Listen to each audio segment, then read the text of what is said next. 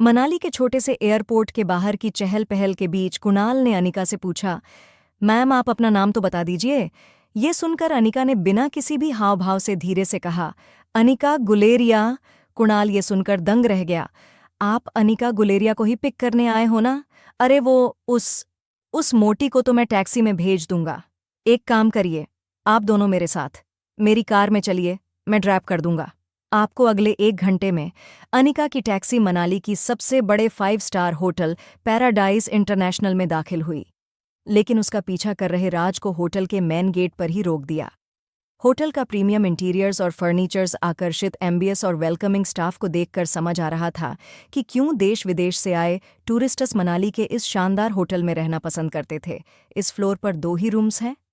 जी ma'am, इस top floor पर सिर्फ 2 ही लग्जरी अपार्टमेंट्स हैं।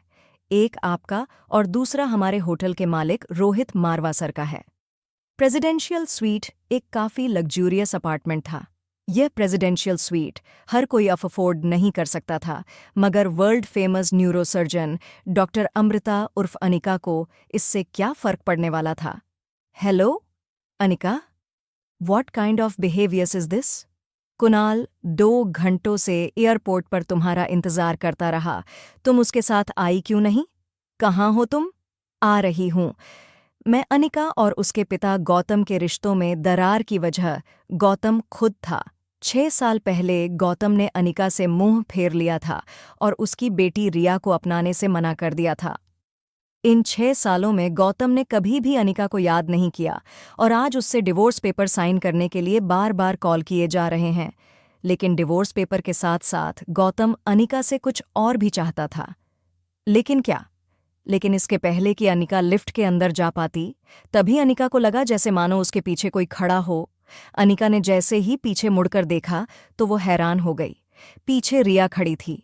उसका चेहरा कुछ उखड़ा हुआ था और वो बस अनिका को एकटक देखे जा रही थी। अनिका को लगा कि रिया नींद से अचानक उठकर उसने अनिका को पास नहीं देखा होगा, इसलिए ऐसे खड़ी हो गई होगी। मम्मा जल्दी वापस आ जाएगी और आते हुए ना आपकी फेवरेट चॉकलेट आइसक्रीम ले आएगी।